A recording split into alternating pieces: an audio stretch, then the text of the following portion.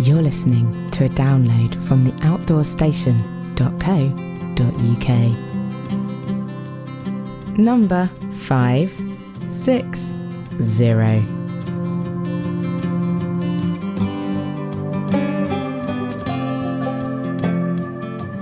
Hello and welcome back to the Outdoors Station for another podcast and video interview. Now I'd like to start this one off by asking you a serious question. Where do you go for good advice? Now I don't mean Facebook advice where you might pose what appears to be a simple question like, I'm climbing Ben Nevis for the first time, what do I need? To get perhaps 100 or more replies from strangers, some of whom may know what they're talking about, and probably many that don't. Advice that could possibly cost you your life. Now I mean quantifiable, technical and experienced advice from people you can rely on 100%. Those that talk the talk and have walked the walk. Long before going outdoors was something nice that you put on Instagram.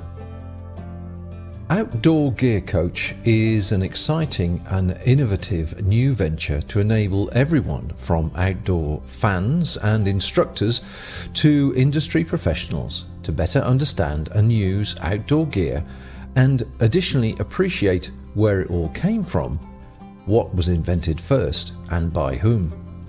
Made up probably of some of the best known names in the outdoors industry, including Mike Parsons, 40-year history in outdoor industry, originator of the Carramore Mountain Marathon and the innovative lightweight OMM brand. Mary Rose, academic in textile innovation, textile historian specialist of 35 years. Alan Hinks, high altitude climber and the only Briton to complete all 14 8,000 metre peaks. Chris Townsend, long distance hiker, author of 20 outdoors books and TGO gear tester since 1991. Chuck Kuckler, MIT engineer and researcher.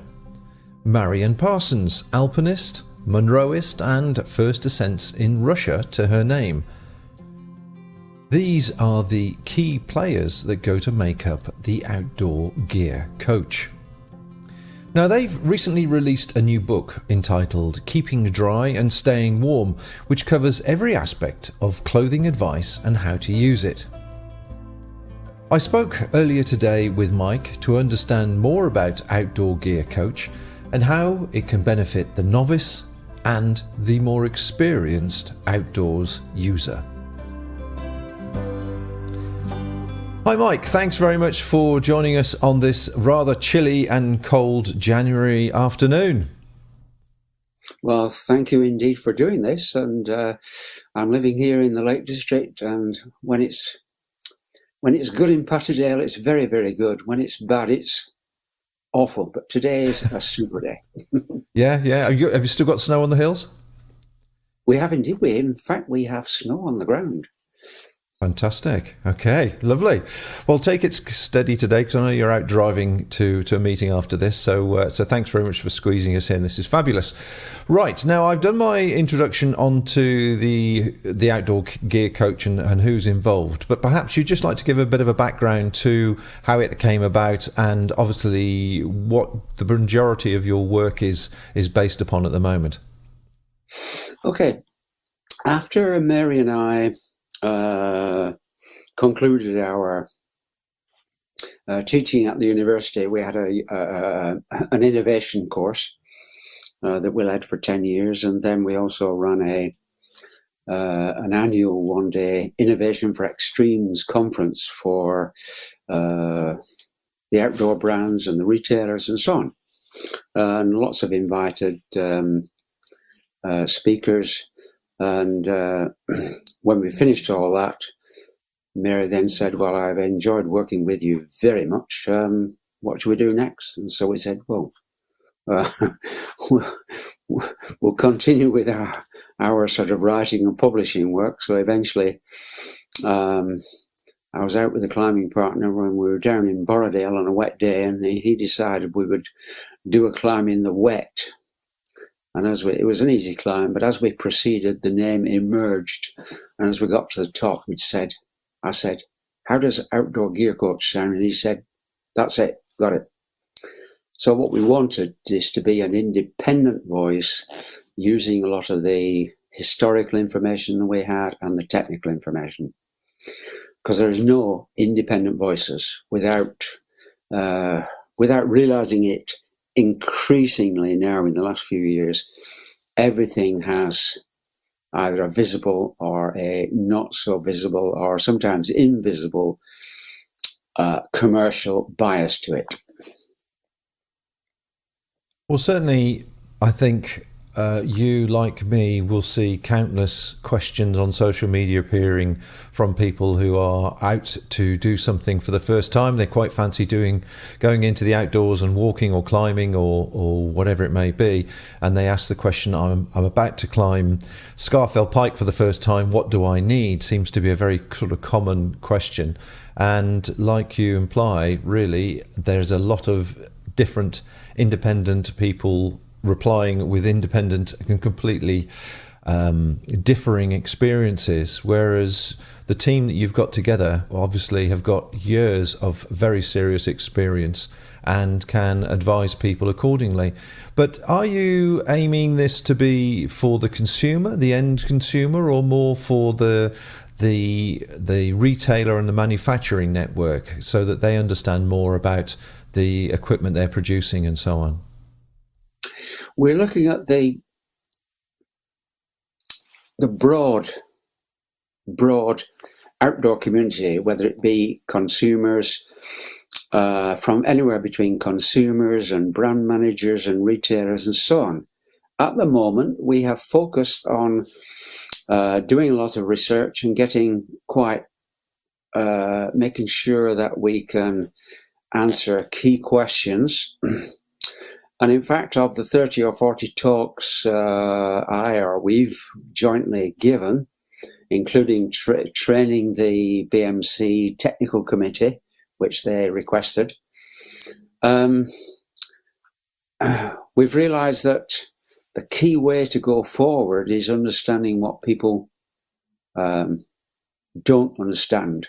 So at the moment, we're at quite a high technical level, but going forward for the future, we are looking at producing shorter sessions, like half-hour sessions and so on. And as you can see, we've got, for example, 3-minute videos in places, which can give support to outdoor instructors and so on, outdoor leaders, if they want to give a quick swat up to themselves, so they can inform their clients that they're instructing.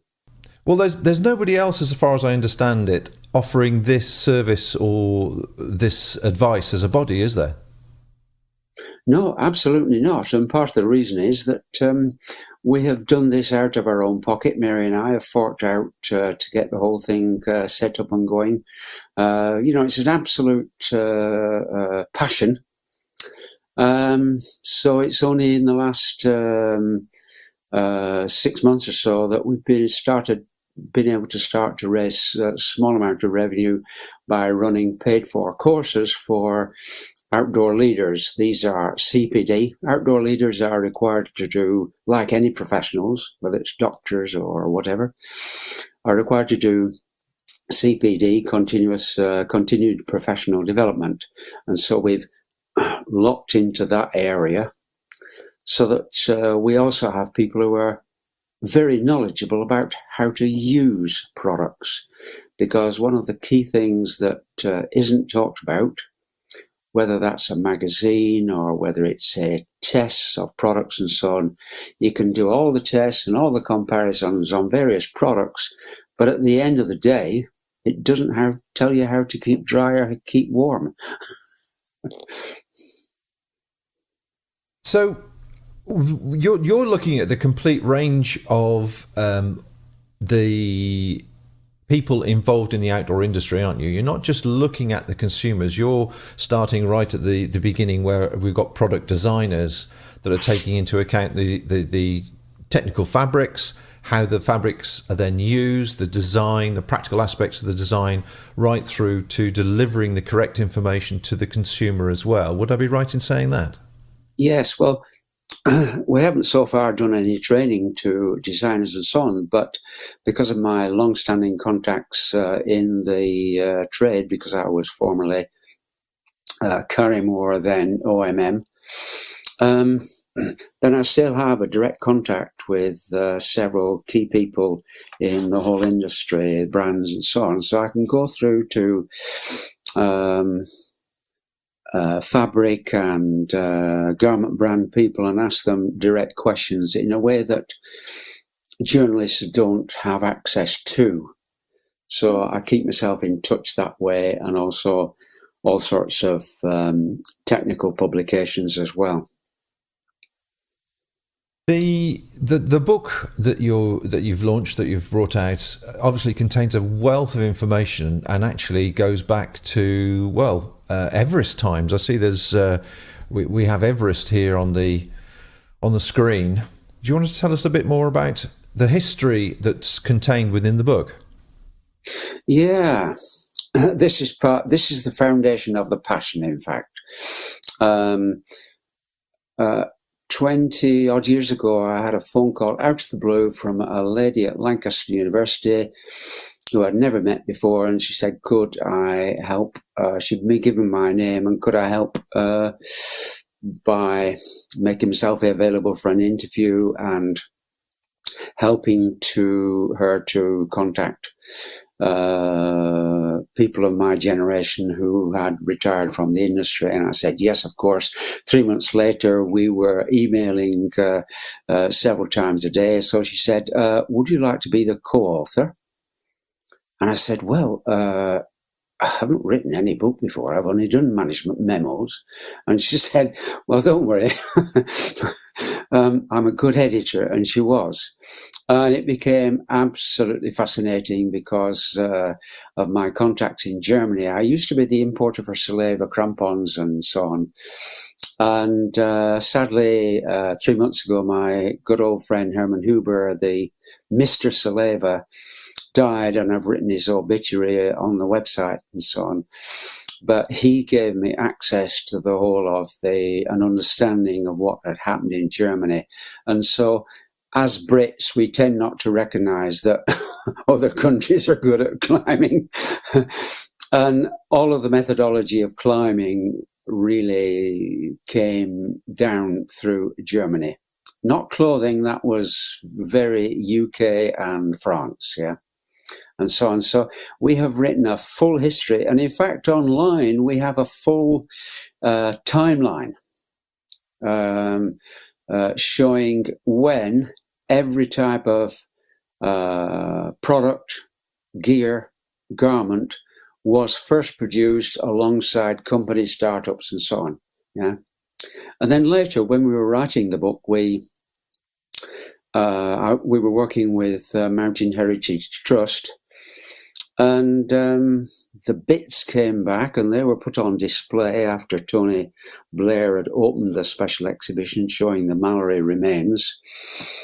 And I said, "Oh, is there anything else?" And they said, "Well, yes, there's 3 more boxes." So I had a look, and there was 3 boxes. We unscrewed the boxes, and underneath there was lots of layers of clothing, old fabric which had come off his body, interleaved with tissue. And as I raised the tissues and looked, the original blood of 70 years previously was still there. And I thought, this is very sad. I don't believe the old mythology that these layers were poor and stiff and inadequate and so on at all. So why don't we do something? So I called Mary and say, do you know anybody in the area of putting old textiles and carpets and all sorts of things back together? She said, as a matter of fact, I do. And so, under the heading of Mountain Heritage Trust, we raised £30,000 and produced 6 layers, and they were brilliant. As I tried them on, as I got to layer 3, and I tried them on, and it was woven silk, which was the equivalent then, of course, of a nylon windshell, yeah. Woven silk over wool into silk, and so on. As I started to put them on, I went click. Got it. I understand their layers because they're so much more flexible, even more flexible than modern stuff. It was all tailor-made, exactly so his layers fit. So it was brilliant. So that was a foundation for our passion. And we had a special launch day for those products. Quite amazing. There are 2 sets of those layers. One has been tested to 25,000 feet on Everest. And those 2 layers are stored at the Blencathra Centre, where Mountain Heritage Trust is based. And they're occasionally loaned out to people who want to display them or something. Climbers Shop, for example, ran a special display there. Yeah. I remember seeing some of this in the outdoors press that you were launching this and the sort of revealing you did, but unfortunately I couldn't make it. But I understand from everything that's been reported, it was very light and flexible clothing. It wasn't the impression we have of really thick, heavy-duty woolens and so on. The whole layering system really was a work of art from their point of view. Yeah. I mean, let's face it, there'd been so much experience of polar exploration by the early naval people trying to get across the Northwest Passage, and then having a go at Antarctica and so on and so on. So Burberry, which is now long since a fashion brand, Burberry had some brilliant woven outer textiles, which made excellent windproof, waterproof garments. And those were used by Nansen and Amundsen and everybody all around the world, yeah. So what, in your book, I know you go into great detail onto the busting the 3-layer myth, as it were. Would you like to just talk about the 3-layer and the 7-layer? Because I'm sure people would be interested in hearing about this. Right, okay.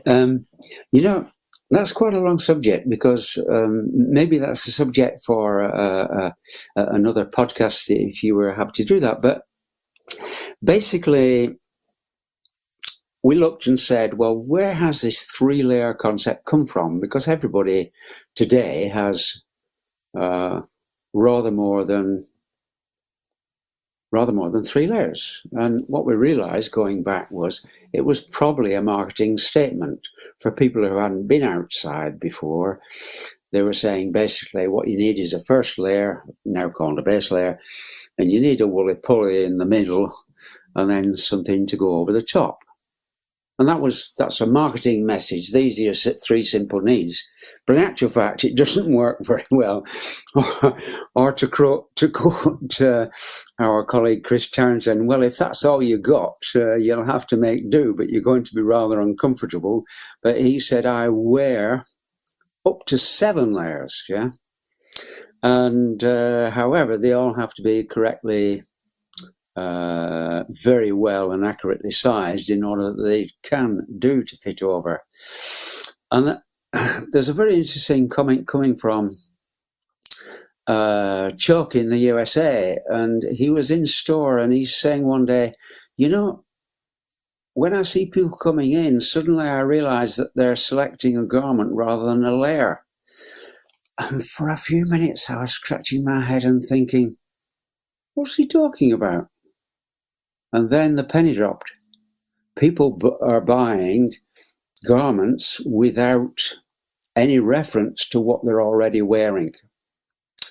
And so if we look at the words here, say performance layering, well, layering is a word used now by the fashion industry. And there's a big, big difference between fashion layering and performance layering. And so fashion layering sets out to show your layers, and the underlayers are showing at the front or showing below your top, and so on and so on. That's something to make things visually interesting. However, you can't wear garments like that. Otherwise, the wicking performance just will make sure you get very wet. And so the courses we run are now called performance layering. And first of all, we have to look at exploring the myths, busting the myths, if you like, busting the myths. And we call that myths, marketing, and misunderstandings. And then we get people to train people how to pick up a garment and understand what's there. And one day I was working with an Alpine Club group, and Sandy Allen, who is an experienced, incredibly experienced IFGM guide, and he also was awarded the Piolet d'Or for the Mazzino Ridge Nanga Parbat Traverse. He suddenly looked at me and said, "You know, Mike, I realise I can no longer pick up a garment and understand what it does for me." I said, "Wow, can I use that as a reference?" He said, "Sure, go ahead." And I realised that was one of the fundamental problems we have, that everybody has, that the garments have changed such a lot, and there is such a wide-ranging difference in performance. So we've started from the beginning when we do the training, so we show people how to look at what we call the truth label. Never mind what the marketing label says on the front.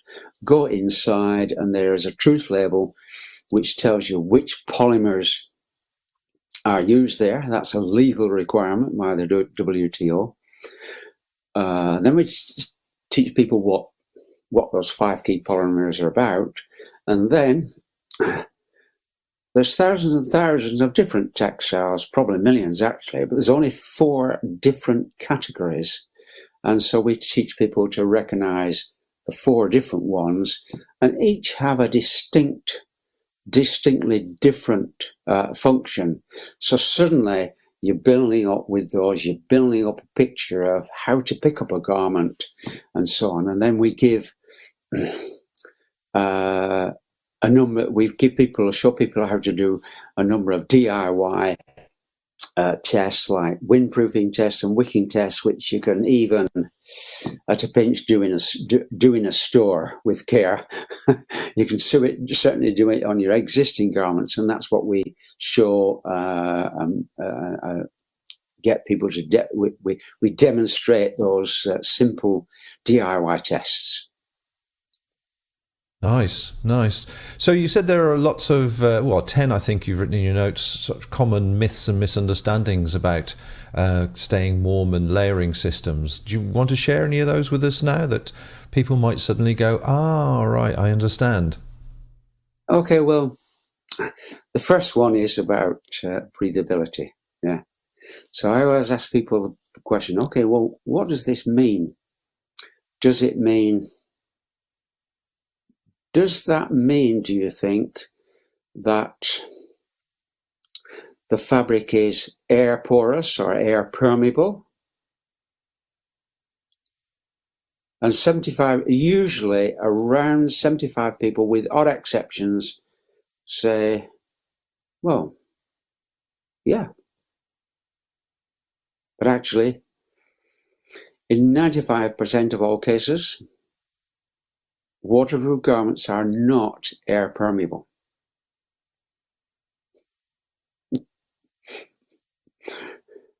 So that's a first surprise for people. Is that a surprise for you? I'm sure you know that. Yeah, I was aware of that one, certainly, but okay. I was just curious to see which ones you come up with. And so that's a key one, but it also then provokes the thing, well, okay, well, how does this sweat get out then? And so we come then into the MVTR, moisture vapor transmission rate. Well, the moisture vapor is not transmitted because there are small micro holes. There are micro holes in the membranes that are used, but because of leakage when the garment is soiled, then those holes are blocked by a simple compound called hydrophilic polyurethane, hydrophilic PU. Now, if we go back 50 years, in the mid to late 70s, there were two inventions. One was Gore-Tex with their EPTFE, polytetrafluoroethylene, which was microporous. And the other one was produced after a research project by the UK Ministry of Defence, because they were wanting a fabric to supersede Ventar, which was invented during the war period for immersion suits.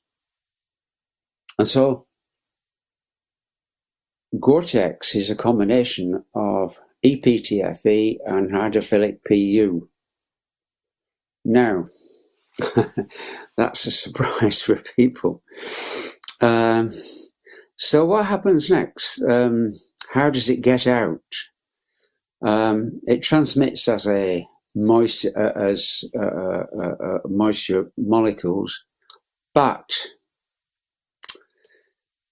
it only goes out through your outer garment when the temperature, pressure, and humidity level inside the garment is greater than outside the garment.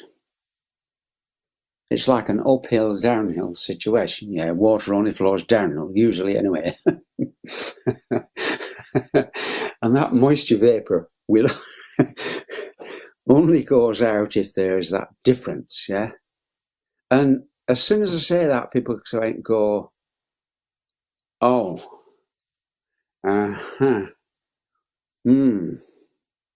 that's answering questions for us and verifying probably what we already know but didn't want to believe.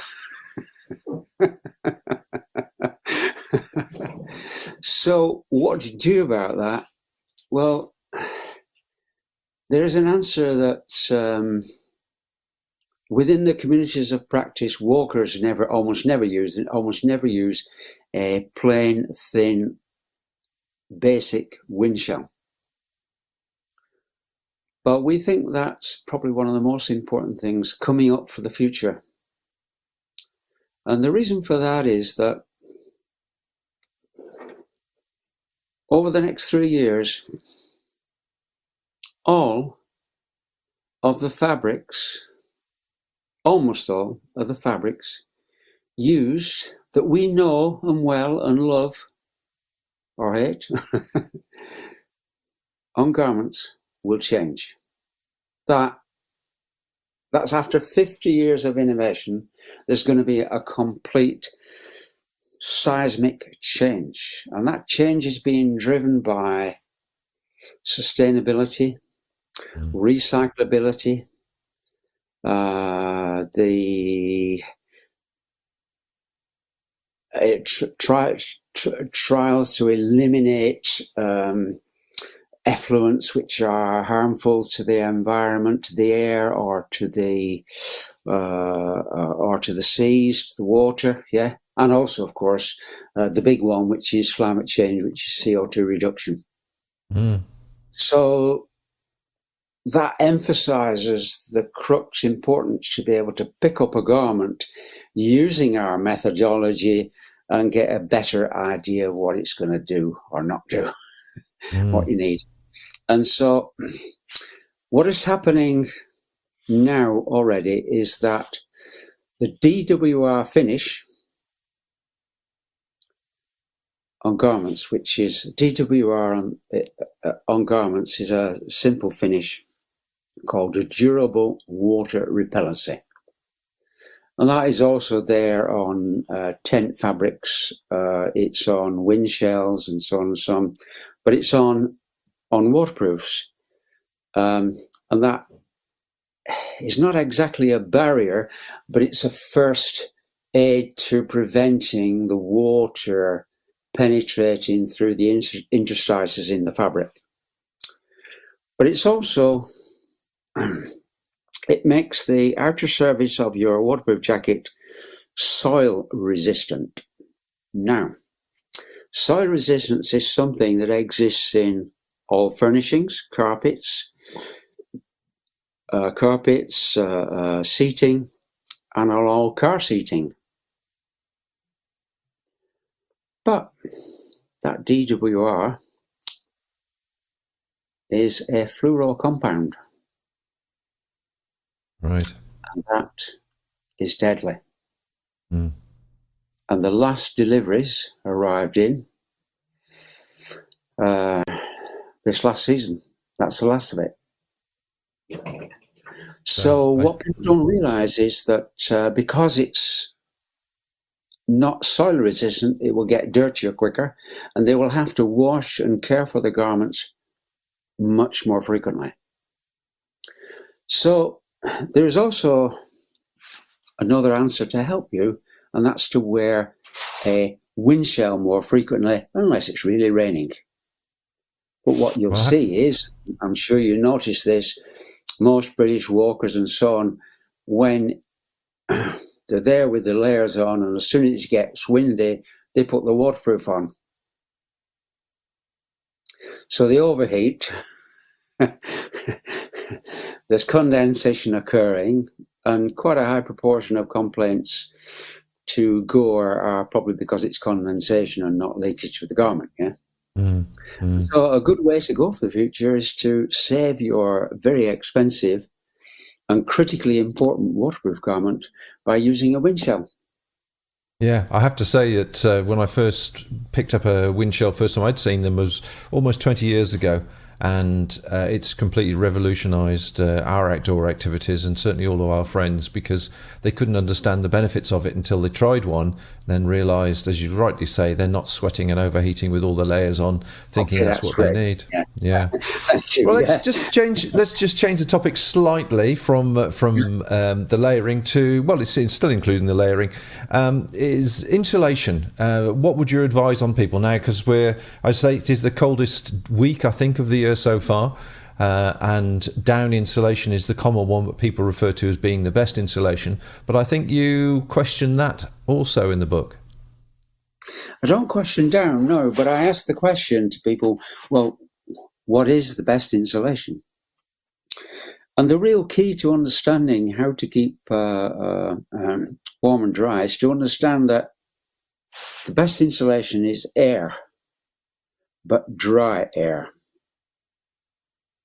And so all of the garments that we use and know, which are sort of in the area of being warm garments, are all methods of producing garments which hold air.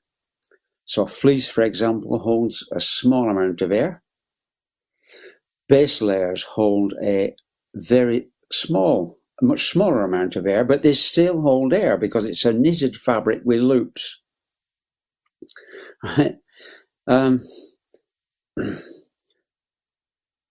Down insulated garments, which have either down or a non-woven textile, hold even more air, and they're quite thick. They can be 2, 3, 4, even 5 centimeters thick, according to the type of construction that's there. At the moment, they are very popular, very trendy, but people tend to use them as a mid-layer and put them on, but you will certainly quickly overheat. And they're best used as a top layer. And that's something that the climbing community has picked up. If we go back to the 90s, there was a guy called Mark Twight who wrote a book called Extreme Alpinism, and he was very critical of garment manufacturers and so on, and saying this layering method that they propose is ridiculous. You just can't be stopping on a climb and taking things off. So he said, look, what you have to do is to wear, when you are active, you wear just enough to keep you warm or keep you cool, yeah? And when you stop, in other words, on a belay, you put an over jacket on. And I was fortunate and perhaps privileged to talk to his partner, who's Andy Parkin, who is an artist in Chamonix, who was on that very climb with him, because they were taking about 3 hours per pitch on a very difficult climb. But climbing is an intermittent activity, and other activities and other people assume that they are moving continuously. Well, even walking, I would suggest that you need to stop for lunch sometime. You can go without. You can have a quick drink, and people tend to not eat so much, and people are in the pub by 6:30, typically in the UK scenarios, yeah.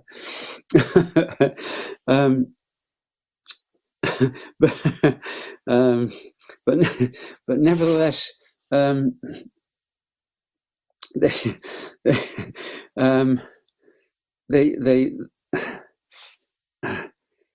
situation with eating is critically important, yeah. And people don't particularly associate eating with keeping warm.